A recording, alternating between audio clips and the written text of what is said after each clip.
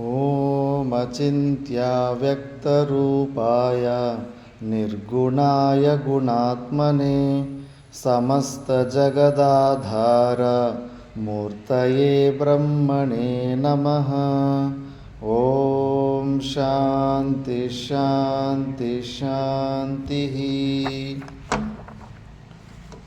ನಾವು ಗುರುಗೀತೆಯ ಮೊದಲನೇ ಅಧ್ಯಾಯದ ವಿಚಾರ ಪೂರ್ತಿ ಮಾಡಿದ್ವಿ. ಈಗ ಎರಡನೇ ಅಧ್ಯಾಯದಲ್ಲಿ ಫಸ್ಟು ಪ್ರಪಂಚದ ಅನಾತ್ಮ ಚಿಂತನೆಯಿಂದ ಮನಸ್ಸನ್ನು ತೊಲಗಿಸಿ ಯಾವುದೋ ಒಂದು ಜಾಗದಲ್ಲಿ ಅದನ್ನು ಫಿಕ್ಸ್ ಮಾಡಬೇಕು. ಒಂದೇ ಸತಿ ಅಮನಸ್ಕ ಸ್ಥಿತಿಗೆ, ಮನಸ್ಸು ಇಲ್ಲದೇ ಇರುವಂಥ ಸ್ಥಿತಿಗೆ, ಸಹಜ ಸಮಾಧಿ ಸ್ಥಿತಿಗೆ ಹೋಗಬೇಕು ಅಂದ್ಕೊಳ್ಳೋದು ದುಸ್ಸಾಹಸ ಆಗುತ್ತೆ. ಅಷ್ಟು ಈಸಿ ಅಲ್ಲ. ಅದಕ್ಕೆ ಕೆಲವು ದಿವಸ ಅನಾತ್ಮ ಚಿಂತನೆಯಿಂದ ಅದನ್ನು ತಪ್ಪಿಸ್ಬೇಕು. ಈ ಪ್ರಪಂಚದ ಬಗ್ಗೆ ಚಿಂತನೆ ಮಾಡೋದನ್ನು ನಿಲ್ಲಿಸ್ಬಿಟ್ಟು ಅದಕ್ಕೆ ಯಾವುದಾದ್ರೂ ಒಂದು ಆಲಂಬನೆ ಕೊಡಬೇಕು. ಅದನ್ನು ದೃಷ್ಟಿಯಲ್ಲಿ ಇಟ್ಟುಕೊಂಡು ನಿರ್ಗುಣ ನಿರಾಕಾರ ಸ್ವರೂಪವಾದಂಥ ಸ್ವರೂಪದಲ್ಲಿರುವಂಥ ಗುರುಗಳನ್ನು ನೀನು ಡೈರೆಕ್ಟಾಗಿ ಅರ್ಥ ಮಾಡ್ಕೊಳ್ಳೋಕ್ಕಾಗಲಿಲ್ಲ ಅಂದರೆ ಅವರನ್ನು ನೀನು ಅನೇಕ ವಿಧದಲ್ಲಿ ಗುರುದೇವರನ್ನು ನೀನು ಊಹಿಸಿಕೊಂಡು ಎಷ್ಟು ಪ್ರಕಾರದಲ್ಲಿ ಧ್ಯಾನ ಮಾಡ್ಕೋಬೋದು ಅಷ್ಟು ಮಾಡ್ಕೋಬೋದು ಅಂದ್ಬಿಟ್ಟು ಅನೇಕ ಪ್ರಕಾರಗಳು ಧ್ಯಾನ ಮಾಡಿಕೊಳ್ಳೋ ಪದ್ಧತಿಯನ್ನು ಈ ಅಧ್ಯಾಯದಲ್ಲಿ ಹೇಳ್ಕೊತ ಹೋಗ್ತಾರೆ. ಧ್ಯಾನಂ ಶೃಣು ಮಹಾದೇವಿ ಸರ್ವಾನಂದಪ್ರದಾಯಕಂ ಸರ್ವಸೌಖ್ಯಕರಂ ಚೈವ ಭುಕ್ತಿ ಮುಕ್ತಿಪ್ರದಾಯಕಂ. ದೇವಿ, ನೀನು ಗುರುಗಳ ಧ್ಯಾನ ಹೇಗೆ ಮಾಡಬೇಕು ಅನ್ನೋದನ್ನು ನೀನು ಸರಿಯಾಗಿ ತಿಳ್ಕೊ. ಆ ಗುರುಗಳನ್ನು, ಗುರುತತ್ವವನ್ನು ನೀನು ಆ ಥರ ಈಗ ಹೇಳಿರೋ ಆಗಮ ಪದ್ಧತಿಯಲ್ಲೂ ಕೂಡ ನೀನು ಊಹಿಸಿಕೊಂಡು ನೀನು ಸಾಧನೆ ಮಾಡಿಕೊಂಡ್ರೆ ಅದು ಸರ್ವಸೌಖ್ಯಕರಂ ಭುಕ್ತಿ ಮುಕ್ತಿ ಪ್ರದಾಯಕಂ. ನಿನಗೆ ಇಹಲೋಕದಲ್ಲಿ ಲೌಕಿಕವಾದಂಥ ಇಚ್ಛೆಗಳು ಪೂರ್ತಿಯಾಗಿ ಅನಾಯಾಸದಿಂದ ನಿನ್ನ ಜೀವನವೂ ನಡೀತಾ ಇರುತ್ತೆ. ಅದೃಷ್ಟ ಇತ್ತಂದರೆ ಮುಕ್ತಿ ಪ್ರದಾಯಕಂ, ನಿನಗೆ ಮೋಕ್ಷವನ್ನು ಕೂಡ ಕೊಟ್ಟುಬಿಡುತ್ತೆ ಅಂದ್ಬಿಟ್ಟು ಈಗ ಧ್ಯಾನ ಮಾಡೋ ಪದ್ಧತಿಯನ್ನು ಸ್ಟಾರ್ಟ್ ಮಾಡ್ಕೊತ ಹೋಗ್ತಾ ಇರುತ್ತೆ. ಶ್ರೀಮತ್ ಪರಂ ಬ್ರಹ್ಮ ಗುರುಂ ಸ್ಮರಾಮಿ ಶ್ರೀಮತ್ ಪರಂ ಬ್ರಹ್ಮ ಗುರುಂ ಭಜಾಮಿ ಶ್ರೀಮತ್ ಪರಂ ಬ್ರಹ್ಮ ಗುರುಂ ವದಾಮಿ ಶ್ರೀಮತ್ ಪರಂ ಬ್ರಹ್ಮ ಗುರುಂ ನಮಾಮಿ. ಗುರುಗಳನ್ನು ಶ್ರೀಮತ್ ಪರಬ್ರಹ್ಮ ಗುರುಂ ಸ್ಮರಾಮಿ ನೆನಪು ಮಾಡಿಕೊಂಡ್ರೆ ಗುರುಮೂರ್ತಿಯನ್ನೇ ನೆನಪು ಮಾಡ್ಕೊತಾ ಇರಬೇಕು. ಶ್ರೀಮತ್ ಪರಬ್ರಹ್ಮ ಗುರುಂ ಭಜಾಮಿ, ಆ ಗುರುದೇವರ ಬಗ್ಗೆ ಮನಸ್ಸಿನಲ್ಲೂ ಒಳ್ಳೆಯ ಚಿಂತನೆ ಮಾಡ್ಕೊತಾ ಇರಬೇಕು, ಗುಣಚಿಂತನೆ ಮಾಡ್ತಾ ಇರಬೇಕು. ಅದನ್ನೇ ಉಪಾಸನೆ ಅಂತಾರೆ, ಗುಣಚಿಂತನಂ ಉಪಾಸನ ಅಂದ್ಬಿಟ್ಟು. ಆ ಗುರುಗಳಲ್ಲಿರುವಂಥ ಒಳ್ಳೆಯ ಸದ್ಗುಣಗಳು, ಚರಿತ್ರೆಯಲ್ಲಿ ಒಳ್ಳೆಯ ಆದಂಥ ಚರಿತ್ರೆ ಇರುತ್ತೆ. ರಾಮಕೃಷ್ಣ ಪರಮಹಂಸರದು ದಿ ಗಾಸ್ಪಲ್ ಆಫ್ ಶ್ರೀರಾಮಕೃಷ್ಣ ಆ ಪುಸ್ತಕ ಓದಿಬಿಟ್ರೆಗನ ಆಟೋಮೆಟಿಕ್ಕಾಗಿ ಅವ್ರ ಮೇಲೆ, ಶಾರದಾ ದೇವಿ ಮೇಲೆ, ವಿವೇಕಾನಂದರ ಮೇಲೆ ಆಟೋಮೆಟಿಕ್ಕಾಗಿ ಶ್ರದ್ಧೆ ಬಂದುಬಿಡುತ್ತೆ. ಯಾಕಂದರೆ ಅದರಲ್ಲೆಲ್ಲ ಅವರು ಮಾಡಿರುವಂಥ ಒಳ್ಳೆ ಕಾರ್ಯಗಳು, ಶುದ್ಧ ಸತ್ವಗುಣ ಪ್ರಧಾನವಾದಂಥ ಗುಣಗಳ ಬಗ್ಗೆ ಚಿಂತನೆ ಮಾಡ್ತಾ ನಾವು ಆ ಥರ ಆಗಬೇಕನ್ನೋದು ಆಟೋಮೆಟಿಕ್ಕಾಗಿ ಬದಲಾವಣೆ ಆಗಿಬಿಡುತ್ತೆ. ಈಗ ರಾಮಕೃಷ್ಣ ಪರಮಹಂಸರೇ ಎಲ್ಲ ಮತದಲ್ಲಿ ಕೂಡ ಭಗವಂತನ ಸಾಕ್ಷಾತ್ಕಾರನ ಹೇಗೆ ಹೊಂದೋದು ಅಂತ ತೋರಿಸ್ಕೊಡೋದಕ್ಕೆ ಎಲ್ಲವೂ ಅಭ್ಯಾಸ ಮಾಡ್ತಾಯಿರ್ತಾರೆ. ಹನುಮಂತನ ಉಪಾಸನೆ ಮಾಡುವಾಗ ಹನುಮಂತನ ಥರನೇ ಎಲ್ಲ ಚೇಷ್ಟೆಗಳು, ಕೂತ್ಕೊಳ್ಳೋದು, ಕೋತಿ ಥರನೇ ಕೂತ್ಕೊಳ್ಳೋದು, ಹಿಂದುಗಡೆ ಬಾಲ ಒಂದು ಟೈಲ್ ಬೋನು ಬಾಲ ಬೆಳೆಯೋದಕ್ಕೆ ಕೂಡ ಸ್ಟಾರ್ಟ್ ಆಗಿಬಿಟ್ಟಿತ್ತು. ಮತ್ತು ಅವರು ಸಖಿ ಸಂಪ್ರದಾಯ ಅಂತಿರುತ್ತೆ, ವೃಂದಾವನಲ್ಲಿರುತ್ತೆ, ಈಗಲೂ ಇದ್ದಾರೆ. ಅಲ್ಲಿ ಪುರುಷರು ಕೂಡ ಶ್ರೀಕೃಷ್ಣನನ್ನು, ನಾನು ಶ್ರೀಕೃಷ್ಣನ ಸಖಿ ಎಂಬ ಭಾವನೆಯಿಂದ ಅಲ್ಲಿ ಚಿಂತನೆ ಮಾಡ್ತಾಯಿರ್ತಾರೆ. ಅದು ತುಂಬ ಈಸಿಯೆಸ್ಟ್ ವೇ. ದೇವಿ ಉಪಾಸನೆಯಲ್ಲೂ ಕೂಡ ಉಪಾಸಕರು ದೇವಿಯೇ ನನ್ನ ಹೆಂಡತಿ ಅನ್ನೋ ಭಾವನದಲ್ಲೂ ಕೂಡ ಉಪಾಸನೆ ಮಾಡ್ತಾರೆ. ಬಟ್ ಅದು ತುಂಬ ಡೇಂಜರ್. ಅದು ಬ್ರಹ್ಮಚರ್ಯ ಇಲ್ಲದೇ ಅದೆಲ್ಲ ಮಾಡೋಕ್ಕೆ ಹೋದರೆ ಉಲ್ಟಾ ಆಗುತ್ತೆ ಅಂತ.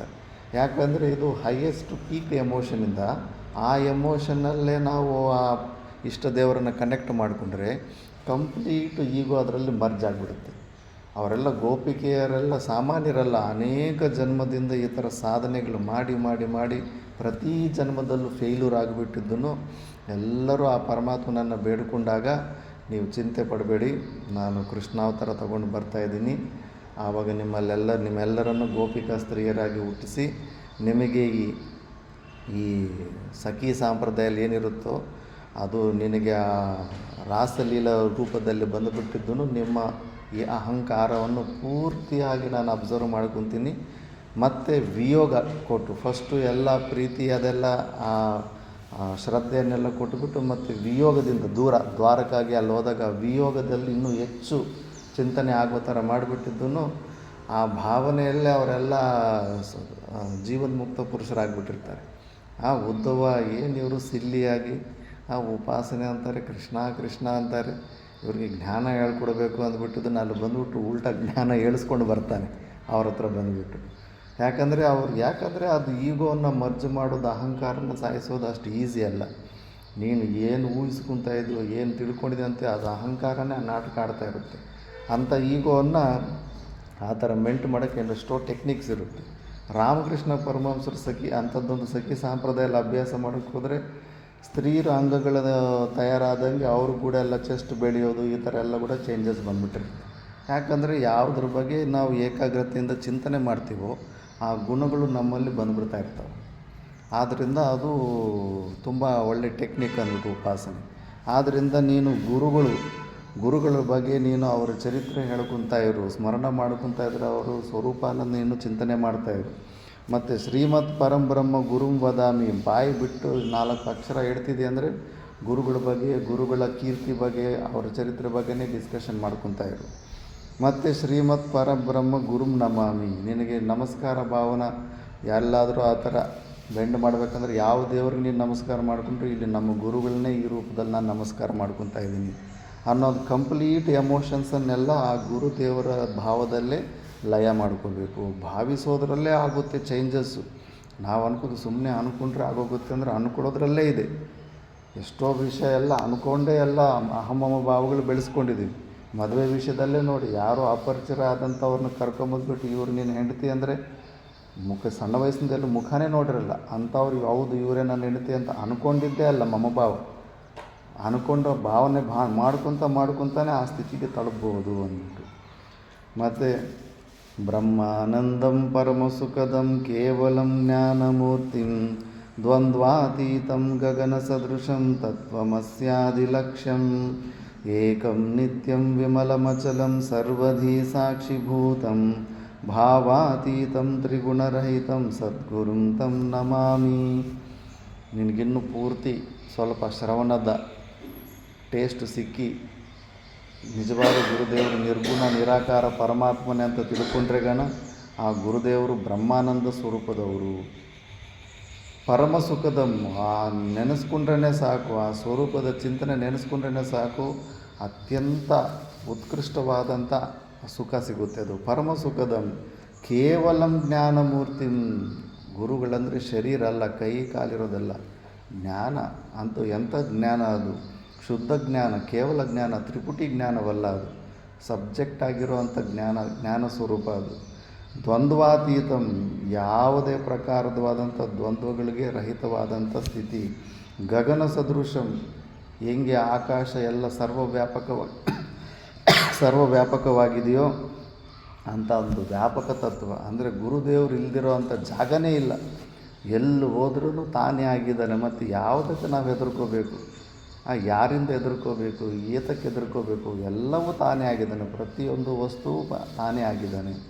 ಇನ್ನೂ ಅಂಥ ಯೋಗಿಗಳ ಹತ್ರ ಯಾರಾದರೂ ಅಂಥ ಒಂದು ಸ್ವರೂಪ ಸ್ಥಿತಿನ ಹೊಂದಿದರೆ ಅಲ್ಲಿ ಪರಸ್ಪರ ವೈರ ಇರುವಂಥ ಜಂತುಗಳು ಕೂಡ ವೈರನ್ನು ಮರೆತುಬಿಟ್ಟು ಶಾಂತವಾಗಿರ್ತವೆ. ಶ್ರೀಶೈಲದಲ್ಲಿ ಮಾತಾ ಮಾಣಿಕೇಶ್ವರಮ್ಮವರಿದ್ದಾಗ ಅಲ್ಲಿ ಒಂದು ಹುಲಿ ಪರಿವಾರ ಅಲ್ಲೇ ಇತ್ತಂತೆ. ಭಕ್ತರು ಹೋದರೂ ಕೂಡ ಭಕ್ತರನ್ನು ಕೂಡ ಏನು ಮಾಡ್ತಿರ್ಲಿಲ್ವಂತೆ. ಸುಮಾರು ಜನಕ್ಕೆ ಅದು ಹುಲಿ ಬಂದಿದೆ. ಆಶ್ರಮದಲ್ಲಿ ನಾನು 9 ತಿಂಗಳಿದ್ದೆ. ಡೈಲಿ ಯಾವುದೋ ಒಂದು ದಿವಸ ಕರಡಿ ಅಡ್ಡ ಬಂದರೆ ಒಂದು ದಿವಸ ಚಿರತೆ, ಇಲ್ಲ ಒಂದು ದಿವಸ ಹುಲಿ. ಬಾತ್ರೂಮ್ಸ್ ಕೂಡ ಒಳಗಡೆ ಇರಲಿಲ್ಲ, ಈಗ ಆಗಿದ್ದವೆಲ್ಲ ಹೊರಗಡೆನೇ ಹೋಗಬೇಕು.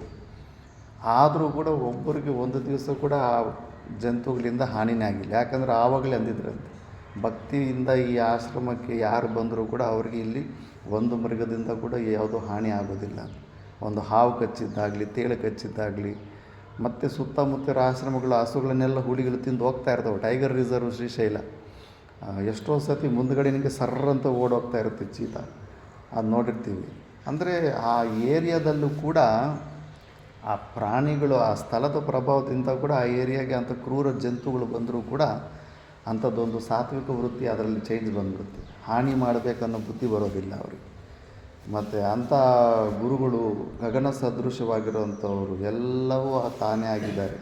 ತತ್ವಮಸ್ಯಾದಿ ಲಕ್ಷ್ಯಂ, ತತ್ವಮಸಿ ಎಂಬ ಮಹಾವಾಕ್ಯಗಳೇನೆಲ್ಲ ಇದ್ದಾವೋ ಆ ಮಹಾವಾಕ್ಯಗಳು ಮೂಲ ಲಕ್ಷ್ಯ ರೂಪದಲ್ಲಿರುವಂಥ ಗುರು ಏಕಂ, ಆತ ಒಬ್ಬನೇ ಇದ್ದಾನೆ, ಒಂದೇ ಒಂದು ಸತ್ಯವಾದ ವಸ್ತು ಆಗಿದೆ. ಅದು ನಿನ್ನ ಸ್ವರೂಪವೇ ಬಿಂಬರೂಪ ಚೈತನ್ಯದಲ್ಲಿ ನಿನ್ನಲ್ಲೇ ಇದ್ದಾನೆ. ಒಳಗಡೆನೇ ನೋಡ್ಕೋ, ಅದು ಪ್ರತ್ಯಕ್ ಇನ್ನರ್ ಮೋಸ್ಟ್, ಅದು ಎಲ್ಲೋ ದೂರ ಇಲ್ಲ. ಅದಕ್ಕೆ ಏನು ಸಾಧನೆಗಳೇ ಇಲ್ಲ. ಏನಾದರೂ ಡಿಸ್ಟೆನ್ಸ್ ದೇಶತಃ ಕಾಲತಃ ವಸ್ತುತಃ ಲಿಮಿಟೇಷನ್ಸ್ ಪರಿಚಿನ್ನ ಇದ್ದರೆ ಅದಕ್ಕೇನಾದರೂ ಸಾಧನೆಗಳಿರ್ತವೆ ತಿಳ್ಕೊಳ್ಳೋದಕ್ಕೆ. ತ್ರಿವಿಧ ಪರಿಚಯದ ಶೂನ್ಯವಾಗಿ ನಿನ್ನಲ್ಲೇ ಇದ್ದಾನೆ ಗುರುದೇವನು, ಸದಾ ನಿನ್ನಲ್ಲೇ ಇದ್ದಾನೆ. ಆದರೂ ಸುಮ್ಮನೆ ಹೊರಗಡೆ ಬೇಡ್ತಾ ಇರ್ತೀವಿ.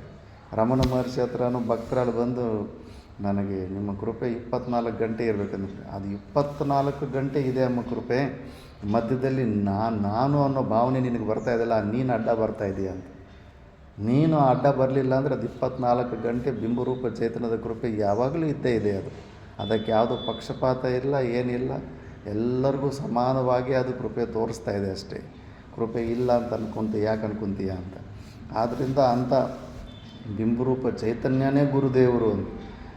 ಏಕಂ ನಿತ್ಯಂ ವಿಮಲಂ, ಯಾವುದೇ ಪ್ರಕಾರವಾದ ಮಲ ವಿಕ್ಷೇಪಾದಿ ದೋಷಗಳಿಲ್ಲ. ಅಚಲಂ, ನಿಶ್ಚಲ ರೂಪದಲ್ಲಿರೋ ಅಂಥದ್ದು. ಕೂಟಸ್ಥ ಆತ. ಸರ್ವದೀ ಸಾಕ್ಷಿಭೂತಂ, ಎಲ್ಲ ಬುದ್ಧಿ ಮತ್ತು ಬುದ್ಧಿವೃತ್ತಿಗಳನ್ನು ಸಾಕ್ಷಿ ರೂಪದಲ್ಲಿ ತಿಳ್ಕೊತಾ ಇರೋವಂಥ ಸ್ವರೂಪ.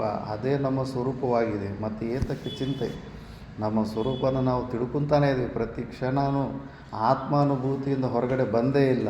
ಆ ಗುರುದೇವರು ನಮ್ಮಲ್ಲೇ ಇದ್ದಾರೆ, ತಿಳ್ಕೋಬೇಕಷ್ಟೇ. ಭಾವಾತೀತಂ, ನೋಡಿ ಇಲ್ಲಿ ಮತ್ತೆ ಆಗ್ತಾರೆ. ಫಸ್ಟು ಭಾವದಿಂದ ಪ್ರಯತ್ನ ಮಾಡು. ಯೋಗ್ಯತೆ ಇದ್ರೆಗಿನ ಎಲ್ಲ ಪ್ರಕಾರದ ಎಮೋಷನ್ಸಿಂದ ಹೊರಗಡೆ ಭಾವಾತೀತವಾಗಿರೋ ಅಂಥ ಸ್ವರೂಪ ನಿಂದು. ಯಾಕಂದರೆ ನಿನ್ನಲ್ಲಿ ವ್ಯಕ್ತತ್ವ ಅನ್ನೋದು ಇರೋದಿಲ್ಲ. ಇಂದ್ರಿಯಗಳು ಸೆಟ್ಟು ಬಂದಾಗಲೇ ಅದು ವ್ಯಕ್ತವಾಗೋದು. ನೀನು ಅವ್ಯಕ್ತ ಚೈತನ್ಯ. ಆ ಗುರುಗಳು ಕೂಡ ಅವ್ಯಕ್ತ ಚೈತನ್ಯ ರೂಪಗಳು. ಅದಕ್ಕೆ ಭಾವಶೂನ್ಯ ಸತ್ ಭಕ್ತಿರುತ್ತಮ ಅಂತ ರಮಣ ಮಹರ್ಷಿ ಅವರು ಉಪದೇಶ ಸಾರಮಲ್ಲಿ ಅಂತಾರೆ. ಅದು ತುಂಬ ಶ್ರೇಷ್ಠವಾದ ಭಕ್ತಿ ಅಂತಾರೆ, ಭಾವಶೂನ್ಯವಾದಂಥ ಭಕ್ತಿ ಅಂತ. ಆ ಸ್ಥಿತಿಗೆ ಸೇರ್ಕೋಬೇಕು. ಭಾವದಿಂದ ಹೋಗಿ ಆ ಭಾವಾತೀತ ಸ್ವರೂಪಕ್ಕೆ ಸೇರ್ಕೋಬೇಕು. ತ್ರಿಗುಣರಹಿತಂ, ಯಾವುದು 3 ಪ್ರಕಾರದ ಗುಣಗಳು ನಿನ್ನಲ್ಲಿಲ್ಲ. ನಿನ್ನನ್ನು ನೀನು ಸುಮ್ಮನೆ ಈ ಶರೀರ ಸಂಘಾತದಲ್ಲಿರೋ ಅಂಥ ಈ ಗುಣಗಳಿಗೆ, ತಮೋಗುಣ, ರಜೋಗುಣ, ಸತ್ವಗುಣಗಳು ನಿನ್ನಲ್ಲಿದೆ ಅಂತ ನೀನು ಆರೋಪ ಮಾಡ್ತಾಯಿದ್ದೀಯ. ಅವಧೂತರ ಚರಿತ್ರೆ ಸ್ವಲ್ಪ ಓದು. 6 ತಿಂಗಳು ಒಂದು ಜಾಗದ ಮರದ ಕಡೆ ಕೂತ್ಕೊಂಡಿರೋರು ಎದ್ದೇಳೋದಿಲ್ಲ, ಸ್ನಾನ ಕೂಡ ಮಾಡೋದಿಲ್ಲ. ಎಂಥ ತಮೋಗುಣ ಅದು. ಆ ಕೂತ ಜಾಗದಲ್ಲೇ ಕೂತಿರ್ತಾರೆ, ಅಜಗರ ವೃತ್ತಿ ಅಂತಾರೆ.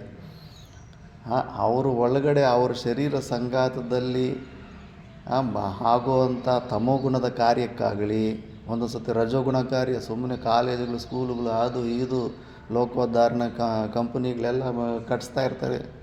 ಅವ್ರ ಶರೀರ ಸಂಘದಲ್ಲಿ ಆಗ್ತಾ ಇರುತ್ತೆ. ಒಂದು ಸತ್ವಗುಣ ಪ್ರಧಾನ ಇದ್ದಾಗ ಉಪದೇಶಗಳು ಅವು ಇವು ಎಲ್ಲ ಮಾಡ್ತಾ ಇರ್ತಾರೆ. ಈ 3 ಪ್ರಕಾರದ ಕಾರ್ಯಗಳನ್ನು ನೋಡಿ ಅವರು ಹೆದರೋದಿಲ್ಲ, ಬೆದರೋದಿಲ್ಲ. ನೀವು 2-3 ದಿವಸ ನಿದ್ದೆ ಮಾಡಿಬಿಟ್ಟು ನಿಮಗೆ ಹೆದರಿಕೆ ಆಗುತ್ತೆ. ಆಯ್ತು, ಹೋಯ್ತಪ್ಪ, ಜೀವನ ಹೋಯ್ತು, ಹಾಳಾಗಿ ಹೋಗ್ತಾ ಇದ್ದೀನಿ ಅಂತ. ನಮ್ಮ ಶರೀರ ಸಂಘದಲ್ಲಿರೋ ತಮೋಗುಣ ಅದು ನನ್ನದೇ ಅನ್ನೋದು ಗಟ್ಟಿಯಾಗಿ ನಂಬಿದ್ದೀವಿ.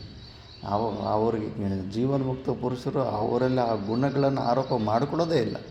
ನಾವು ಇದರಲ್ಲೇ ಇದ್ದೀವಿ ಅಂತ ಇದರಲ್ಲೇ ಗಟ್ಟಿಗೆ ಅದಕ್ಕೆ ನಮಗೆ ಹೆದರಿಕೆ ಆಗುತ್ತೆ. ಅವೆಲ್ಲ ಆ ಸ್ಥಿತಿಗೆ ತಲುಪಬೇಕು. ನಿನ್ನ ಶರೀರ ಸಂಘಾತದಲ್ಲಿ ತಮೋಗುಣ ಕಾರ್ಯ, ರಜೋಗುಣ ಕಾರ್ಯ, ಸತ್ವಗುಣ ಕಾರ್ಯಗಳಿಗೆ ನೀನು ಹೆದರಬಾರ್ದು, ಬೆದರಬಾರ್ದು.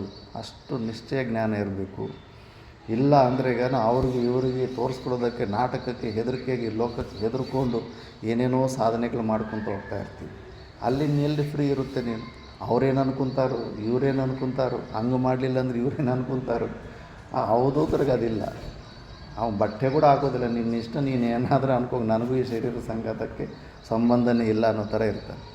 ಆ ಮಟ್ಟಕ್ಕೆ ಹೋಗಬೇಕು. ಅಂಥ ತ್ರಿಗುಣರಹಿತವಾದಂಥ ಸದ್ಗುರುಂ ತಂ ನಮಾಮಿ ಅಂಥ ಗುರುಗೆ ನಾನು ನಮಸ್ಕಾರ ಮಾಡ್ತೀನಿ ಅಂತ ನಿನ್ನ ಕೆಪ್ಯಾಸಿಟಿ ಇದ್ದರೆ ಈ ಥರ ನಿನ್ನ ನಿರ್ಗುಣ ನಿರಾಕಾರ ರೂಪದಲ್ಲಿ ನೀನು ಧ್ಯಾನ ಮಾಡ್ಕೋ. ಅದು ಅಹಂಗ್ರೀವ ಉಪಾಸನ ಆಗುತ್ತೆ.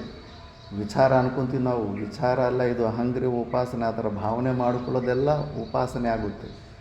ಯಥಾರ್ಥವಾಗಿ ತಿಳ್ಕೊಳ್ಳೋದು ಅದು ಜ್ಞಾನ ಆಗುತ್ತೆ. ನಾನು ಮನುಷ್ಯನಂತ ಹೆಂಗೆ ದೃಢವಾಗಿ ತಿಳ್ಕೊಂಬಿಟ್ಟಿದ್ದೆವೋ, ರಾಂಗ್ ಆದರೂ ಕೂಡ ಸ್ಟ್ರಾಂಗ್ ಕನ್ಕ್ಲೂಷನ್ ಆಗಿದೆಯೋ ಆ ಥರ ಕನ್ಕ್ಲೂಷನ್ ಆದಾಗ ಅದು ಜ್ಞಾನ. ಎಲ್ಲಿ ತನಕ ಮನಸ್ಸು ಬುದ್ಧಿಗಳಿಂದ ಭಾವನೆ ಮಾಡ್ಕೊತಿದ್ದೆ ನಾನು ಸಚ್ಚಿದಾನಂದ ಸ್ವರೂಪ ಸಚ್ಚಿದಾನಂದ, ಅದು ಭಾವನೆ ಮಾಡ್ಕೊತಿದ್ದೆ ಬುದ್ಧಿಯಿಂದ ಅಂದರೆ ಅದು ಉಪಾಸನೆ, ಅದು ಅಹಂಗ್ರಿ ಉಪಾಸನೆ, ಅದು ಉತ್ಕೃಷ್ಟವಾದಂಥ ಉಪಾಸನೆ. ಅದು ಹೃದಂಬುಜೆ ಕರ್ಣಿಕ ಮಧ್ಯ ಸಂಸ್ಥೆ ಸಿಂಹಾಸನೆ ಸಂಸ್ಥಿತ ದಿವ್ಯಮೂರ್ತಿಂ ಧ್ಯಾಯೇದ್ ಗುರುಂ ಚಂದ್ರಕಲಾ ಪ್ರಕಾಶಂ ಸಚ್ಚಿತ್ ಸುಖಾಭೀಷ್ಟವರಂ ದದಾನಂ. ಹೀಗೂ ಕೂಡ ವೆರೈಟಿ ಸಾಧನೆಗಳಿರ್ತಾರೆ ಹೆಂಗೆ ಮೆಡಿಟೇಷನ್ ಮಾಡಬೇಕಂತ. ಹೃದಂಬುಜ, ನಿನ್ನ ಹೃದಯದ ಕಮಲದಲ್ಲಿ. ಹೃದಯ ಅಂದರೆ ಹಾರ್ಟು, ಸ್ಥೂಲ ರೂಪವಾಗಿರೋ ಹಾರ್ಟನ್ನು ನೆನೆಸ್ಬಿಡೋದಲ್ಲ.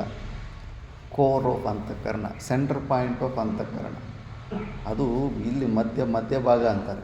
ನಾನು ಅನ್ನೋದು ನಾನಂದರೆ ಏನು ಅಂದ್ಕೊಂಡಿದ್ದೀಯ ಅಂತ ಇಲ್ಲೇ ತೋರಿಸ್ಕೊತಾ ಇರ್ತೀವಿ. ಅಂದರೆ ನಮ್ಮ ಅಂತಃಕರಣದ ನಮ್ಮ ಫೀಲಿಂಗ್, ಅಹಂಭಾವದ ಫೀಲಿಂಗು ಅದರ ಸೆಂಟ್ರ್ ಪಾಯಿಂಟ್ ಅಂತ ಅರ್ಥ. ಅದು ಹೃದಯ ಅಂತಾರೆ. ಅಂಥ ಹೃದಯದಲ್ಲಿ ಆ ಗುರುದೇವರು ಕೂತಿದ್ದಾರೆ. ಹೆಂಗೆ ಸಿಂಹಾಸನೆ ಸಂಸ್ಥಿತ ದಿವ್ಯಮೂರ್ತಿಂ ಚಂದ್ರಕಲಾ ಪ್ರಕಾಶಂ ಚಿತ್ಸುಖಾಭೀಷ್ಟವರಂ ದದಾನಂ. ಇವೆಲ್ಲ ಫೋಟೋಗಳೆಲ್ಲ ಮಾಡಿರ್ತಾರೆ ಗುರುಗಳ ಫೋಟೋ ಒಂದು ಆಕಾರ ಇದ್ದು ಅಲ್ಲಿಂದ ಲೈಟು ಹೊರಗಡೆ ಬರ್ತಿದ್ದಂಗೆ ಆ ಥರ ಭಾವನೆಯಲ್ಲಿ ಗುರುನ ಹೃದಯದಲ್ಲಿ. ಇಲ್ಲಿ ರಮಣ ಮಹರ್ಷಿ ಕೂಡ ಅಂತಾನೆ, ಹಾರ್ಟ್ ಅಂದರೆ ಈಗ ನಾವು ಸ್ಥೂಲ ರೂಪದಲ್ಲ, ಇಲ್ಲಿ ಸೆಂಟರ್ ಪಾಯಿಂಟ್ ಅಂದ್ಬಿಟ್ಟು ಇಲ್ಲ ಅಂತಾರೆ. ಸೆಂಟರ್ ಆಫ್ ದಿ ಅಂತಃಕರಣ ಅಂತ. ಅಲ್ಲಿ ಆ ಗುರುದೇವರು ಅಲ್ಲಿ ಇದ್ದಾರೆ, ಪದ್ಮಾಸನ ಹಾಕ್ಕೊಂಡು ಕೂತ್ಕೊಂಡು ಅಲ್ಲಿ ಪ್ರಕಾಶ ಹೊರಗಡೆ ಬರ್ತಾಯಿದೆ ಅನ್ನೋ ಒಂದು ಭಾವನೆ ಮಾಡಿ. ಯಾಕಂದರೆ ಗುರು ಮಧ್ಯೆ ಇವೆಲ್ಲ ಕೂಡ ಬಾಡಿ ಹೀಟು ಬೆಳೆಸಿ ನರಗಳಿಗೆ ಸೈಡ್ ಎಫೆಕ್ಟ್ ಆಗೋ ಚಾನ್ಸಸ್ ಹೆಚ್ಚಿರುತ್ತೆ. ಅದಕ್ಕೆ ಹಾರ್ಟ್ ಮಧ್ಯದಲ್ಲಿ ಇಲ್ಲಿ ಧ್ಯಾನ ಮಾಡೋದೇ ಸೇಫ್ ಅಂತ ರಮಣ ಮಹರ್ಷಿ ಹೇಳ್ತಾರೆ. ಅಲ್ಲಿ ಅಭ್ಯಾಸ ಮಾಡ್ಕೋಬೇಕಂದ್ರೆ ಅಲ್ಲಿ ಆ ಗುರುದೇವರು ಕೂತಿದ್ದಾರೆ, ಗುರುದೇವರಿಂದ ಹೊರಗಡೆ ಫುಲ್ಲು ಪ್ರಕಾಶ ಹೊರಗಡೆ ಬರ್ತಾಯಿದೆ ಅನ್ನೋ ಭಾವನದಿಂದ. ಅದು ಯಾರು ಅಂದರೆ ಸಚ್ಚಿತ್ ಸುಖಾಭೀಷ್ಟವರಂ ದದಾನಂ. ಸಚ್ಚಿದಾನಂದ ಸ್ವರೂಪನಾದ ಪರಮಾತ್ಮನನ್ನೇ ಆ ರೂಪದಲ್ಲಿ ಧ್ಯಾನ ಮಾಡಿಕೊಳ್ಳೋದು. ಅದರ ಅಭ್ಯಾಸ ಮಾಡ್ಕೋಬೇಕು. ಒಂದು ರೂಪದಲ್ಲಿ ಎಲ್ಲೋ ಒಂದು ಮೈಂಡ್ ಸ್ಟಿಕ್ ಆಗಬೇಕು, ಅನಾತ್ಮ ಚಿಂತನೆಯಿಂದ ಹೊರಗಡೆ ಬರಬೇಕು. ಮತ್ತು ಇನ್ನೂ ಬೇರೆ ಐಡಿಯಾ ಕೊಡ್ತಾ ಇದ್ದಾರೆ. ಶ್ವೇತಾಂಬರಂ ಶ್ವೇತ ವಿಲೇಪ ಪುಷ್ಪಂ ಮುಕ್ತಾ ವಿಭೂಷಂ ಮುದಿತಂ ದ್ವಿನೇತ್ರಂ ವಾಮಾಂಕಪೀಠ ಸ್ಥಿತ ದಿವ್ಯಶಕ್ತಿಂ ಮಂದಸ್ಮಿತಂ ಪೂರ್ಣಕೃಪಾನಿಧಾನಂ ಜ್ಞಾನಸ್ವರೂಪಂ ನಿಜಭಾವಯುಕ್ತಂ ಆನಂದಮಾನಂದಕರಂ ಪ್ರಸನ್ನಂ ಯೋಗೀಂದ್ರಮೀಡ್ಯಂ ಭವರೋಗವೈದ್ಯಂ ಶ್ರೀಮದ್ಗುರುಂ ನಿತ್ಯಮಹಂ ನಮಾಮಿ. ಗುರುಗಳನ್ನು ಹೇಗೆ ಒಂದು ಲೋಟಸ್ ಮಧ್ಯದಲ್ಲಿ ಉಳಿಸ್ಕೊಂಡ್ಬಿಡು. ಮತ್ತು ಅದರಲ್ಲಿ ಶ್ವೇತಾಂಬರಂ ಶ್ವೇತ ವಿಲೇಪ ಪುಷ್ಪಂ, ವೈಟ್ ಕಲರ್ ಹೂವಿನ ಮಾಲೆ ಹಾಕ್ಕೊಂಡಿದ್ದಾರೆ ಗುರುಗಳು ಅಂದ್ಬಿಟ್ಟು. ಮತ್ತು ಮುದಿತಂ ದ್ವಿನೇತ್ರಂ, ಸ್ಮೈಲ್ ಮಾಡ್ತಾ ಇದ್ದಾರೆ. ಸ್ಮೈಲ್ ಎಂಬ ತುಟಿಯಲ್ಲಿ ಸ್ಮೈಲ್ ಇದೆ. ದ್ವಿನೇತ್ರಂ, ಎರಡು ಕಣ್ಣಿಂದನೂ ಆನಂದ ಕೃಪಾ ಕಟಾಕ್ಷವನ್ನು ಸುರಿಸ್ತಾ ಇರೋ ಥರ. ಮತ್ತು ವಾಮಾಂಕ ಪೀಠ ಸ್ಥಿತ ದಿವ್ಯ ಶಕ್ತಿ, ಪಕ್ಕದಲ್ಲೇ ಶಕ್ತಿ, ಪಕ್ಕದಲ್ಲೇ ಆ ಗುರುಗಳ ಪಕ್ಕದಲ್ಲೇ ಈ ಮಾಯಾ ವಿಶಿಷ್ಟ ಚೇತನ ಶಕ್ತಿ ಇದೆ. ಅದು ತನ್ನ ಪಕ್ಕದಲ್ಲೇ ಇದೆ, ಅಂದರೆ ತನ್ನ ಕಂಟ್ರೋಲಲ್ಲೇ ಇದೆ ಅಂತ. ಆ ಶಕ್ತಿಯನ್ನು ನೀವು ಗುರುಗಳನ್ನು ಬೇಕಾದರೆ ಶಿವರೂಪದಲ್ಲಿ ನೋಡ್ಕೊಳ್ಳಿ, ಪಕ್ಕದಲ್ಲಿ ಪಾರ್ವತಿ ರೂಪದಲ್ಲಿ ಆ ಶಕ್ತಿಯನ್ನು ನೋಡ್ಕೊಳ್ಳಿ, ಅದೆಲ್ಲವೂ ಗುರು ಸ್ವರೂಪನೇ ಅಂತ ಅಂದ್ಕೊಳ್ಳಿ. ಮಂದಸ್ಮಿತಂ ಪೂರ್ಣ ಕೃಪಾನಿಧಾನಂ, ಮತ್ತು ಅವ್ರು ಯಾರು ಅದು ಸಂಪೂರ್ಣವಾಗಿ ಜ್ಞಾನ ಸ್ವರೂಪಂ ನಿಜಭಾವಯುಕ್ತಂ, ಜ್ಞಾನ ಸ್ವರೂಪನೇ ಅವರೇ ಆಗಿದ್ದಾರೆ ಅಂದ್ಬಿಟ್ಟು. ಆನಂದಮಾನಂದಕರಂ ಪ್ರಸನ್ನಂ, ಆ ರೂಪನ ನೆನೆಸ್ಕೊಂಡ್ರೆ ಮನಸ್ಸು ಪ್ರಸನ್ನ ಆಗಿಬಿಡಬೇಕು. ಯಾವಾಗಲಾದರೂ ಕನಸಿನಲ್ಲಿ ಭಗವಂತನು ಸ್ಟಾರ್ಟಿಂಗಲ್ಲಿ ಅಭ್ಯಾಸ ಮಾಡೋ ಕನಸಿನಲ್ಲಿ ಭಗವಂತನ ದರ್ಶನ ಕೊಟ್ರೇ ತುಂಬ ಆನಂದ ಆಗುತ್ತೆ. ಅಬ್ಬಾ ಎಂಥ ಒಳ್ಳೆ ಸ್ವಪ್ನ ಬಂದಿತ್ತಪ್ಪ ಅಂದ್ಬಿಟ್ಟು. ಮತ್ತು ಮಾತುಕತೆ ಕೂಡ ನಡೀತಾ ಇರುತ್ತೆ ಒಂದೊಂದು ಸತಿ, ಇನ್ನೂ ಆನಂದ ಆಗ್ತಾ ಇರುತ್ತೆ. ಅದೇ ಥರ ಗುರುಗಳ ಸ್ವರೂಪವನ್ನು ಕೂಡ ಮನಸ್ಸಿಗೆ ಬಂದಾಗೆಲ್ಲ ಆಟೋಮೆಟಿಕ್ಕು ಉದ್ವಿಗ್ನವಾಗಿರೋಂಥ ಮನಸ್ಸು ಕೂಡ ತಣ್ಣಗಾಗ್ಬಿಡಬೇಕು, ಸೈಲೆಂಟ್ ಆಗಿಬಿಡಬೇಕು. ಯೋಗೀಂದ್ರ ಮೀಡಿಯಂ ಭವರೋಗ್ಯ ವೈದ್ಯಂ, ಈ ಭವರೋಗನ ತೊಲಗಿಸುವಂಥ ವೈದ್ಯರು ಗುರುಗಳು. ಶ್ರೀಮದ್ಗುರುಂ ನಿತ್ಯಮಹಂ ನಮಾಮಿ ಅಂತ ಗುರುಗಳಿಗೆ ನಾನು ನಮಸ್ಕಾರ ಮಾಡ್ತೀನಿ ಅಂತ. ಮತ್ತು ವಂದೇ ಗುರುನಾಂ ಚರಣಾರವಿಂದಂ ಸಂದರ್ಶಿತ ಸ್ವಾತ್ಮ ಸುಖಾಂಬುದೀನಾಂ ಜನಸ್ಯ ಏಷ ಗುಲಿಕಾಯಮಾನಂ ಸಂಸಾರ ಹಲಮೋಹ ಶಾಂತ್ಯೈ ಅಂತ. ಈ ಥರ ಕೂಡ ಗುರುಗಳನ್ನು ನಾವು ನಮಸ್ಕಾರ ಮಾಡ್ಕೋಬೋದು. ಗುರುಗಳ ಚರಣಕ್ಕೆ ನಮಸ್ಕಾರ ಮಾಡ್ಕೊತೀನಿ. ಯಾವ ರೀತಿ ಅಂದರೆ ಸಂದರ್ಶಿತ ಸ್ವಾತ್ಮ ಸುಖಾಂಬುದೀನಾಂ, ನಮಗೆ ಸಮುದ್ರ ಎಂಬ ಆನಂದವನ್ನು ತೋರಿಸಿಕೊಡುವಂಥ ಗುರುವಿಗೆ ಅಂತ. ಸಮುದ್ರ ಮಂಥನ ಚಿಂತನೆ ಮಾಡಿ. ಸಮುದ್ರ ಅಂದರೆ ಇದೇ ಸಂಸಾರ ಸಮುದ್ರ. ನಮ್ಮ ಶರೀರದಲ್ಲಿ ಪಟ್ಟಿರುವಂಥ ಸಾಧನನೇ ಅಲ್ಲಿ ಸಮುದ್ರ ಮಂಥನ. ಅಲ್ಲಿ ರಾಕ್ಷಸರು ದೇವತೆಗಳು ಯಾರಂದರೆ ನಮ್ಮಲ್ಲಿರುವಂಥ ದೈವಿ ಸಂಪತ್ತಿಗಳು, ಆಸುರಿ ಸಂಪತ್ತಿಗಳು. ಆ ವಾಸುಕಿ ಯಾರೂ ಅಲ್ಲ, ಟೈಮು, ಕಾಲ. ಈ ಭೂಲೋಕಕ್ಕೆ ಬಂದಿದ್ದೀವಿ ಅಂದ್ರೆ ನಮ್ಮ ಒಳಗಡೆನೇ ಆ ಸೀನೆಲ್ಲ, ಸಮುದ್ರ ಮಂಥನದ ಸೀನು ನಮ್ಮಲ್ಲೇ ಇದೆ. ಅದು ಉಪನಿಷತ್ತಲ್ಲೂ ಕೂಡ ಅಷ್ಟೇ. ಅಸುಸು ರಮಂತೆ ಇತಿ ಅಸುರಾಹ ಅಂತ. ಇಂದ್ರಿಯಗಳಲ್ಲಿ, ವಿಷಯ ಭೋಗಗಳಲ್ಲಿ ತುಂಬ ಆಸಕ್ತರಾಗಿ ಯಾರಿರ್ತಾರೋ ಅವರೇ ಅಸುರರು ಅಂತ. ನಮ್ಮಲ್ಲೇ ಆ ಸಮುದ್ರ ಮಂಥನ ಡೈಲಿ ನಡೀತಾ ಇದೆ. ರಾಕ್ಷಸರು ಒಂದು ಸತಿ ಗೆಲ್ತಾ ಇದ್ದಾರೆ, ದೇವತೆಗಳು ಒಂದೊಂದು ಸತಿ ಗೆಲ್ತಾ ಇರ್ತಾರೆ. ಮತ್ತು ದೇವತೆಗಳನ್ನು ಗೆಲ್ಲಿಸ್ಬೇಕಂದ್ರೆ ಯಾರು ಸಹಾಯ ತಗೊಂಡ್ರಲ್ಲಿ? ಪರಮಾತ್ಮನ ಸಹಾಯ ತಗೊಂಡ್ರು. ನಿನ್ನಲ್ಲೇ ಬರ್ತಾನೆ. ಫಸ್ಟು ಪರ್ವತ ಏನಾಯಿತು? ಮುಳುಗೋಯ್ತು. ಅಂದರೆ ನೀನು ನಿನ್ನ ಹತ್ರ ಇರುವಂಥ ದೈವಿ ಸಂಪತ್ತಿಗಳು, ಆಸುರ ಸಂಪತ್ತಿಗಳಿಂದ ಆ ಅಮೃತವನ್ನು ಹೊಂದಬೇಕಂತ, ಅಮರತ್ವವನ್ನು ಹೊಂದಬೇಕಂತ ಏನು ಪ್ರಯತ್ನ ಮಾಡ್ತಿದ್ಯೋ ಆ ಪ್ರಾಸೆಸ್ಸೇ ಮುಳುಗೋಯ್ತು, ನಿಂತೋಯ್ತು. ಬ್ರೇಕ್ ಯಾಕೆ ಬಂತು? ಮತ್ತು ಅದು ಮುಳುಗೋಗೋದ ಮೇಲೆ ಬಂದು ಯಾರು ಮತ್ತೆ ಪ್ರಾಸೆಸ್ಸನ್ನು ಮತ್ತೆ ವರ್ಕಿಂಗ್ ಪ್ರೋಗ್ರೆಸ್ಗೆ ತಗೊಂಬಂದರು? ವಿಷ್ಣು ಪರಮಾತ್ಮ. ಯಾವ ರೂಪದಲ್ಲಿ ಬಂದ? ಆಮೆ ರೂಪದಲ್ಲಿ ಬಂದ. ಆಮೆ ರೂಪದಲ್ಲಿ ಯಾಕೆ ಬಂದ? ಮೀನು ರೂಪದಲ್ಲಿ ಬರ್ಬೋದಾಗಿತ್ತು, ಯಾವ ರೂಪದಲ್ಲಿ ಬೇಕಾದರೂ ಬರ್ಬೋದಾಗಿತ್ತು. ಆಮೆ ರೂಪದಲ್ಲಿ ಯಾಕೆ ಬಂದ ಅಂದರೆ ಇಂದ್ರಿಯ ನಿಗ್ರಹಕ್ಕೆ ಸಂಕೇತ ಅದು. ಪ್ರತಿಯೊಂದು ಗುಡಿಯಲ್ಲಿ ನಾವು ಎಂಟ್ರೆನ್ಸ್ ಹೊಡ್ಬೇಕಂದ್ರೆ ಹೊಸಲಲ್ಲೇ ಹಾಕಿರ್ತಾರೆ, ಹುಷಾರ್. ಈಗ ಭಗವಂತನ ಜಾಗಕ್ಕೆ ಹೋಗ್ತಾ ಇದೆ, ಇಂದ್ರಿಯಗಳನ್ನು ಸ್ವಲ್ಪ ಕಂಟ್ರೋಲ್ ಮಾಡಬೇಕು. ಗುಡಿ ಒಳಗಡೆ ನೀನು, ಗುಡಿ ಹೊರಗಡೆ ಏನಾದರೂ ಮನಸ್ಸಲ್ಲಿ ಕೆಟ್ಟ ಆಲೋಚನೆ ಮಾಡಿದ್ರೆ ಅದಕ್ಕೆ ಕಡಿಮೆ ಪನಿಷ್ಮೆಂಟ್ ಇರುತ್ತೆ. ಗುಡಿ ಒಳಗಡೆ ನೀನು ಮನಸ್ಸಿಂದ ಏನಾದರೂ ಕೆಟ್ಟ ಆಲೋಚನೆಗಳು, ಇಂದ್ರಿಯಗಳ ನಿಗ್ರಹ ಮಾಡಿದ್ರೆ, ಅದು ಕೆಟ್ಟ ಕೆಲಸ ಮಾಡಿದ್ರೆ ಇನ್ನೂ ಹೆಚ್ಚು ಪಾಪ ಹೊಂದುತ್ತೀಯ. ತಸ್ಮಾತ್ ಜಾಗ್ರತಃ ಅಂದ್ಬಿಟ್ಟು ಇಂದ್ರಿಯಗಳನ್ನು ಪೂರ್ತಿ ಕಂಟ್ರೋಲ್ ಮಾಡಿಕೊಂಡು, ಮನಸ್ಸಲ್ಲಿ ಲಯ ಮಾಡಿಕೊಂಡು, ಮನಸ್ಸನ್ನು ಬುದ್ಧಿ ರೂಪದಲ್ಲಿ ಲಯ ಮಾಡಿಕೊಂಡು, ಆ ಬುದ್ಧಿಯಿಂದ ಒಳಗಡೆ ಭಗವಂತನ ತತ್ವದ ಬಗ್ಗೆ ಚಿಂತನೆ ಮಾಡು ಅಂದ್ಬಿಟ್ಟು. ಆದ್ದರಿಂದ ನಮ್ಮಲ್ಲಿರೋ ವಿಷ್ಣುವನ್ನು ನಾವು ಜಾಗೃತಿ ಮಾಡಬೇಕಂದ್ರೆ ಇಂದ್ರಿಯ ನಿಗ್ರಹ, ಶಮಾಧಿ, ಷಟ್ಕ ಸಂಪತ್ತಿಗಳನ್ನು ಹೊಂದಿದರೆ ನಮ್ಮಲ್ಲಿರೋ ಅಂಥ ಪರಮಾತ್ಮ ತತ್ವ ಜಾಗೃತತೆ ಆಗಿ ನಮ್ಮಲ್ಲಿರೋ ದೈವಿ ಸಂಪತ್ತಿಗಳನ್ನು ಉದ್ಧಾರ ಮಾಡ್ತಾನೆ, ದೇವತೆಗಳಿಗೆ ಸಹಾಯ ಮಾಡ್ದಂಗೆ. ಅದಕ್ಕೆ ಇವೆಲ್ಲ ಹೆಂಗೆ ಒಂದಕ್ಕೊಂದು ಇಂಟರ್ ರಿಲೇಟೆಡ್ ಇರುತ್ತೆ. ಶಮದಿಂದ ದಮ ರಿಲೇಟೆಡ್ಡು, ದಮದಿಂದ ಶಮ ರಿಲೇಟೆಡ್ಡು, ವೈರಾಗ್ಯದಿಂದ ವಿವೇಕ ರಿಲೇಟೆಡ್ಡು, ವಿವೇಕದಿಂದ ಮುಮುಕ್ಷುತ್ವ ರಿಲೇಟೆಡ್ಡು, ಒಂದಕ್ಕೊಂದು ಪರಸ್ಪರವಾಗಿ. ಶಾಸ್ತ್ರ ಏನು ಹೇಳುತ್ತಂದರೆ ವಿವೇಕ 100% ಆದಮೇಲೆ ನೆಕ್ಸ್ಟ್ ಸ್ಟೆಪ್ಪು ವೈರಾಗ್ಯ 1 ಪಾಯಿಂಟಿಂದ ಸ್ಟಾರ್ಟ್ ಆಗಿ 100ಗೆ ಹೋಗುತ್ತೆ ಅಂತಿಲ್ಲ. ಎಲ್ಲವೂ ಒಂದೇ ಸತಿ, ಎಲ್ಲವೂ ಸ್ವಲ್ಪ 10% ವಿವೇಕ, 5% ವೈರಾಗ್ಯ, 20% ಮುಮುಕ್ಷುತ್ವ, 50% ಶಮಾಧಿ, ಷಟ್ಕ ಸಂಪತ್ತಿ. ಹಂಗಿರುತ್ತೆ ಮುಮುಕ್ಷಿನಲ್ಲಿ. ಅವು ಹೆಂಗೆ 100% ಆಗುತ್ತಂದರೆ ಪರಸ್ಪರವಾಗಿ ಸಾಧನೆ ಮಾಡ್ಕೊತ ನಾವು ಪರಮಾತ್ಮನ ಹೆಚ್ಚು ಚಿಂತನೆ ಮಾಡ್ತಾ ಇದ್ದಾಗ ಅವು ತಾನು ಬೆಳೀತಾ ಇರ್ತವೆ. ಮತ್ತು ನಿನ್ನಲ್ಲಿರುವಂಥ ವಿಷ್ಣು ಪರಮಾತ್ಮನ ನೀನು ಜಾಗೃತಿ ಮಾಡ್ಕೋಬೇಕಂದ್ರೆ ಇಂದ್ರಿಯ ನಿಗ್ರಹ ಮಾಡ್ಕೊ. ಇಂದ್ರಿಯ ನಿಗ್ರಹ ಮಾಡಿಕೊಂಡ ಮೇಲೆ ಆ ಪರ್ವತನ ಮೇಲೆ ಹತ್ತುತ್ತಾರೆ. ಅಷ್ಟು ಮಾತ್ರಕ್ಕೆ ನಿನಗೇನು ವಿಘ್ನಗಳಿಲ್ದಿರೋ ಸ್ಮೂತ್ ಹೋಗೋದಿಲ್ಲ. ವಿಷ ಬಂತಾ ಇಲ್ಲ. ಕಾಲದಲ್ಲಿ ನೀನು ಮಂಥನ ಮಾಡುವಾಗ ಎಂಥ ಘೋರವಾದಂಥ ವಿಷ ಹೊರಗಡೆ ಬಂತು, ಎಲ್ಲವೂ ಭಸ್ಮ ಆಗಿಬಿಡ್ತಾಯಿತ್ತು. ಆ ವಿಷ ಬಂದಾಗ ಆ ವಿಷದಿಂದ ಕಾಪಾಡಿದವ್ರು ಯಾರು? ಶಿವ. ಶ್ರೇಯಾಂಸಿ ಬಹು ವಿಜ್ಞಾನಿ ಅಂತ. ನೀನು ಸಾಧನೆ ಮಾಡ್ತಿದ್ದಾಗ ಡೈಲಿ ಸಮುದ್ರ ಮಂಥನ ನಡೀತಾ ಇರುತ್ತೆ, ವಿಘ್ನಗಳು ಬರ್ತಾನೆ ಇರ್ತವೆ. ಆ ವಿಷ ಬಂದು ಸಂಪೂರ್ಣ ನಾಶ ಆಗುವಂಥ ವಿಷ ಬರ್ತಾ ಇರುತ್ತೆ. ಅದು ಬಂದಾಗ ನಾವೇನು ಮಾಡಬೇಕು? ನಮ್ಮಲ್ಲಿರೋ ಶಿವನ ಜಾಗೃತಿ ಮಾಡಿಸ್ಕೋಬೇಕು. ಶಿವನು ಹೇಗೆ ಜಾಗೃತಿ ಆಗ್ತಾನೆ? ವಿವೇಕದಿಂದ ಜಾಗೃತಿ ಆಗ್ತಾನೆ. ತತ್ವವನ್ನು ತಿಳ್ಕೊ ನೀನು. ಆ ವಿಷಾನ ಹೊಟ್ಟೆ ಒಳಗಡೆ ಯಾಕೆ ನುಂಗಿಲ್ಲ? ಕತ್ತಲ್ಲೇ ಯಾಕೆ ಇಟ್ಕೊಂಡ? ಸಹನ ಶಕ್ತಿಯನ್ನು ತೋರಿಸ್ತಾ ಇದ್ದಾನೆ.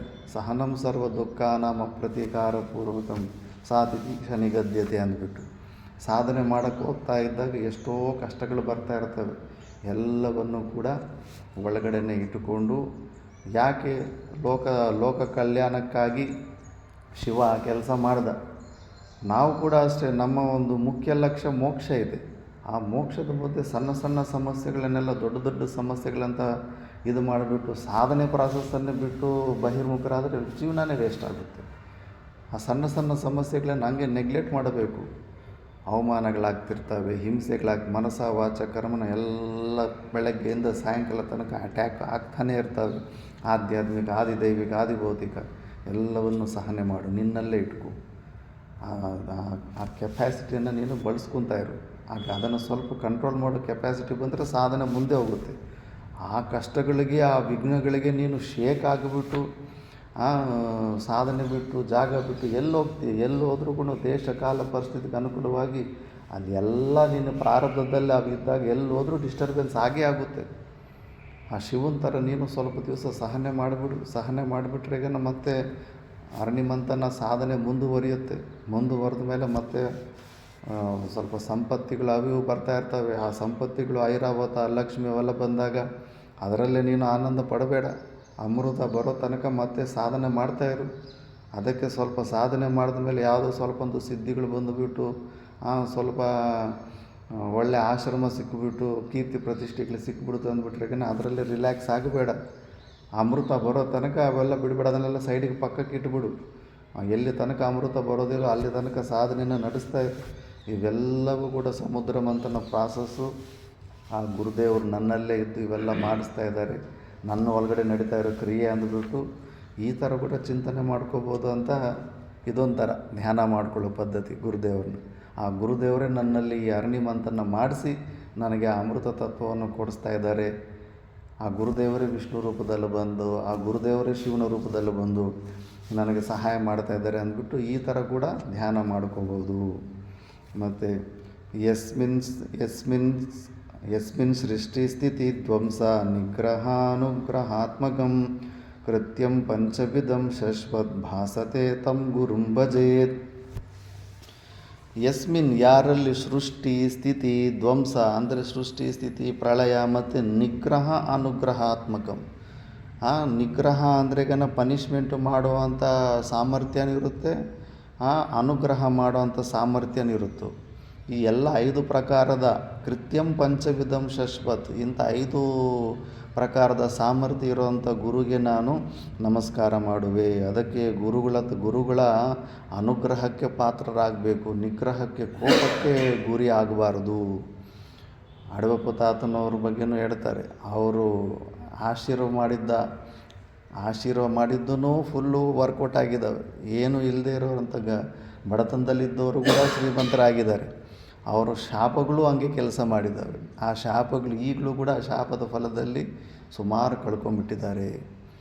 ಕೆಲವರಾದರೆ ನಾಲಿಗೆ ಮಚ್ಚೆ ಇತ್ತು ಅಂತ ಕೆಲವರು ಅಂತಾರೆ, ಕೆಲವರಿಲ್ಲ ವಾಕ್ಸಿದ್ಧಿ ಇತ್ತು ಅಂತ ಕೆಲವರು ಅಂತಾರೆ. ಬಟ್ ಯಾವುದೇ ಇದ್ದರೂ ಆ ಗುರುಗೆ ಅಷ್ಟೊಂದು ಸಾಮರ್ಥ್ಯ ಇರುತ್ತೆ. ಮತ್ತು ಗುರುಗಳ ವಿಷಯದಲ್ಲಿ ಸ್ವಲ್ಪ ಮನಸ್ಸು ವೃತ್ತಿಗಳು ಅವು ಇವು ಸ್ವಲ್ಪ ತುಂಬ ಜಾಗ್ರತೆಯಿಂದ ಯೋಚನೆ ಮಾಡಬೇಕು. ಕಡಿಮೆ ಹೆಂಚನೆ ಆಗಿಬಿಟ್ಟು ಅವರ ಕೋಪಕ್ಕೆ ಗುರಿ ಆಗಿದ್ರಂದರೆ ಏನೇ ನೀನು ಒದ್ದಾಡು, ಮತ್ತು ಜೀವನದಲ್ಲೂ ಲೌಕಿಕವಾಗೂ ನೀನು ಉದ್ಧಾರ ಆಗೋದಿಲ್ಲ, ಮತ್ತು ಆಧ್ಯಾತ್ಮಿಕತೆ ಅಂತೂ ದೂರನೇ ಇರಬೇಕಾಗುತ್ತೆ.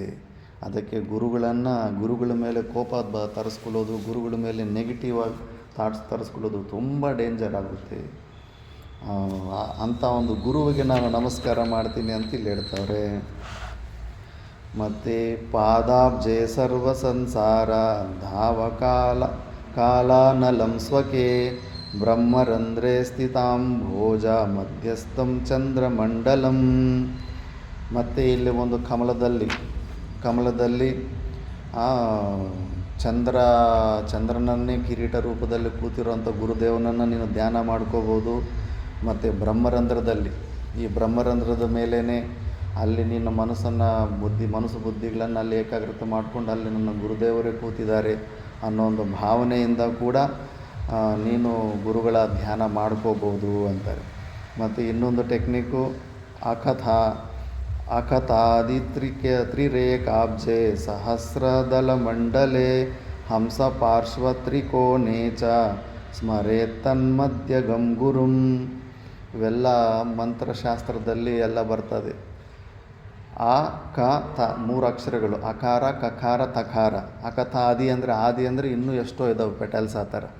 ಇದು ಯೋಗ ಮಾರ್ಗದಲ್ಲಿ ಷಟ್ಚಕ್ರಗಳ ಸಾಧನೆ ಮಾಡುವವರು ಅವರು ಆ ಥರ ಎಲ್ಲ ಮೂಲಾಧಾರದಿಂದನೇ ಎಲ್ಲ ಅಕ್ಷರಗಳನ್ನೆಲ್ಲ ಊಹಿಸಿಕೊಂಡು ಭಾವನೆ ಮಾಡ್ಕೊತ ಮೂಲಾಧಾರ ಚಕ್ರ ಆ್ಯಕ್ಟಿವೇಟ್ ಆಗಿ ಮತ್ತು ಮೇಲ್ಗಡೆ ಚಕ್ರಗಳಿಗೆ ಹಂಗೆ ಅಲ್ಲಿ ಹೋದ್ಮೇಲೆ ಅಲ್ಲೂ ಕೆಲವೊಂದು ಅಕ್ಷರಗಳ ಭಾವನೆ ಮಾಡಿಕೊಂಡು ಅದು ಸಿದ್ಧಿ ಆದಮೇಲೆ ಹಂಗೆ ಹೋಗ್ತಾ ಸಹಸ್ರಾರ ತನಕ ಕಂಟ್ರೋಲ್ ಮಾಡಿಕೊಂಡು ಮೈಂಡನ್ನು ಹಂಗೆ ಮಾಡ್ತಾರೆ. ಅನಾತ್ಮ ಚಿಂತನೆಯಿಂದ ದೂರ ಇಡ್ತಾರೆ.